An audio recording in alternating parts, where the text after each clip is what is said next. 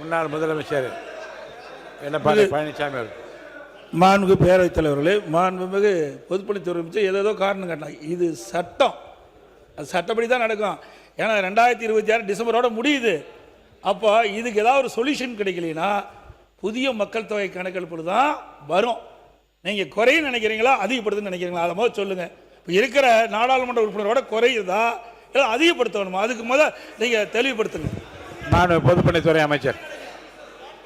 மாண்புமிகு பேரவைத் தலைவர்களே, முன்னாள் முதலமைச்சருக்கு நாங்கள் என்ன சொல்ல வேண்டும் நல்லாவே புரியும்.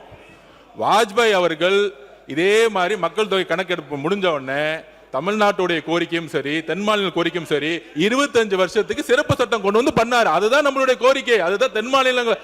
இது நம்ம மட்டும் இல்ல, சிறப்பு சட்டம் ஒன்றிய அரசால் கொண்டு வர முடியும். அதுக்கு உங்களுடைய எம்பிகளும் மாநில உரிமைக்காக குரல் கொடுங்கிறது எங்களுடைய வேண்டுகோள். இதுதான் நம்ம சொல்றோம்.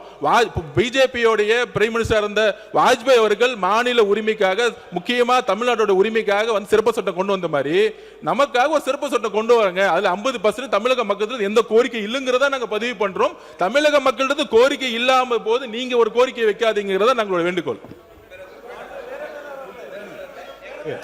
உறுப்பினர் கே நேரு. நான் சொல்லிடுறேன், சேர்த்து சொல்லிடுங்க. அவை முன்னவர் மாண்புமிகு பேரவைத் தலைவர் அவர்களே, தெளிவாக இன்றைக்கு இந்த பிரச்சனை வருவதற்கு காரணமே கேட்டால் மின்துறை அமைச்சர் அவர்கள் சொன்னால் நேற்று இந்த சப்ஜெக்டை வரல. ஆனால் பத்திரிகையில் 543 இல்லை 7.18 வந்தால் நாங்கள் ஒத்துக்கிறோன்னு சொன்ன மாதிரி பத்திரிகையில் செய்தி வந்ததுனால தான் இந்த பிரச்சனை இப்போ சபையில் வந்திருக்கு. அன்னைக்கு தீர்மானத்திலேருந்து நாங்கள் ஒன்றும் வலுவில் திமுகவை பொறுத்த வரைக்கும் அந்த தீர்மானத்தில். ஆனால் ஒருவேளை மாற்றம் வருகிறது என்று சொன்னால் தமிழ்நாட்டில் 7.18% குறையாமல் எங்களுடைய பாதிக்காமல் இருக்க வேண்டும் என்பதுதான் திமுகவினுடைய நிலைப்பாடு. ஒன்று நான் சொல்லிடுறேங்க, எப்படி அவர் சொல்கிறார் 5 மாநிலங்கள் சேர்ந்தால் ஆட்சி வந்து விடுவார்கள். 543 50% என்று சொன்னால் இது 49 59 வந்தால் அது 120 தான் வரும். அப்போது நான் மெஜாரிட்டி வரணும்னா 400 சீட்டு இருந்தால் தான் மெஜாரிட்டி வர முடியும். நீங்கள் எடுத்தோன்னே 3 மாநிலம் சேர்த்து எப்படி வர முடியும்? இன்றைக்கி இருக்கிற நிலை தான் நாளைக்கு வரும். ஒருவேளை தமிழ்நாட்டுக்கு அதிகமான எம்பிக்கள் கிடைக்கும் பாதிக்காத அளவுக்கு என்று சொன்னால் திமுக அது கொள்கை 7.18 குறையக்கூடாது என்பதுதான் எங்களுடைய எண்ணம். இந்த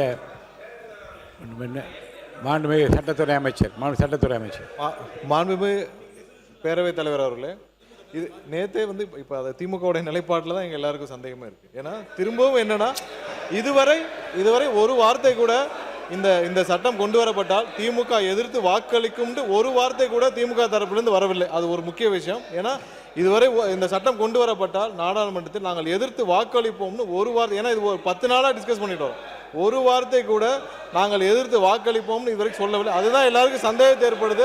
மறைமுகமாக இவர்கள் யாருக்காவது ஆதரிக்கிறது இதுக்கான வெளிப்பாடுகள் இருக்காங்க. அவை முன்னவர் பொதுப்பணித்துறை அமைச்சர். போதும், அரசியல் பசப்பு வார்த்தைகள்லாம் வேண்டாம்.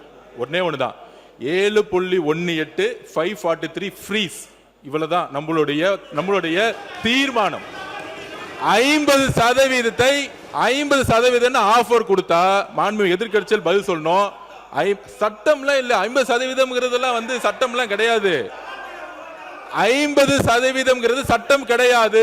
தயவு செய்து புரிஞ்சு கொள்ளுங்கள். 50% மாநிலத்துக்கு கொடுக்கிறது சட்டம் கிடையாது. திரு வாஜ்பாய்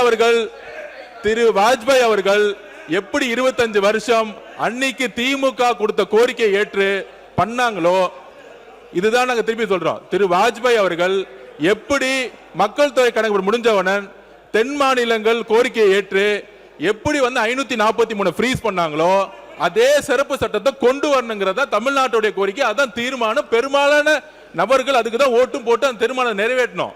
இப்ப திமுக திருப்பி நம்ம மூத்த உறுப்பினர் 7.18 நினைக்கணும்.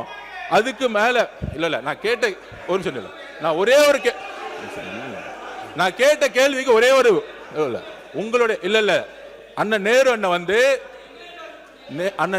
வந்து சொன்ன வார்த்தைகள் இன்னும் முழுமை பெறல. அண்ணன் நேரு அண்ணன் கிட்ட ஒரே ஒரு கேள்விதான். 7.18 மெயின்டைன் பண்றோம், அதான் திமுக நிலைப்பாடு. 50% அதிகமான உறுப்பினர்கள் கொடுக்கணும்னு சொன்னாலும் எதிர்த்து நிக்கணும். இதுதான் திமுக அந்த காலத்தில் எதிர்த்து நின்னுக்குறத பதிவு பண்றோம். அது எதிர்த்து நிக்கணும். அவ்வளவுதான் சொல்ல முடியும். மாண்பு அவை முன்னவர், அவை முன்னவர், மாண்புமிகு பேரவைத் தலைவர் அவர்களே, அவை முன்னவர், மாண்புமிகு பேரவைத் தலைவர் அவர்களே, இந்த கருத்துக்களை எல்லோரும் அவருடைய கருத்துக்களை பரிமாறி இருக்கிறார்கள் ஒவ்வொரு கட்சியின் சார்பாக. இதை தொடர்ந்து இதையே பேசிக் கொண்டிருப்பதை காட்டிலும் மானிய கோரிக்கையை உடனடியாக நீங்கள் கொண்டு பேச அனுமதிக்க வேண்டும் என்று கேட்டுக்கொள்கிறேன். இந்த பிரச்சனை இல்லை இல்லை எது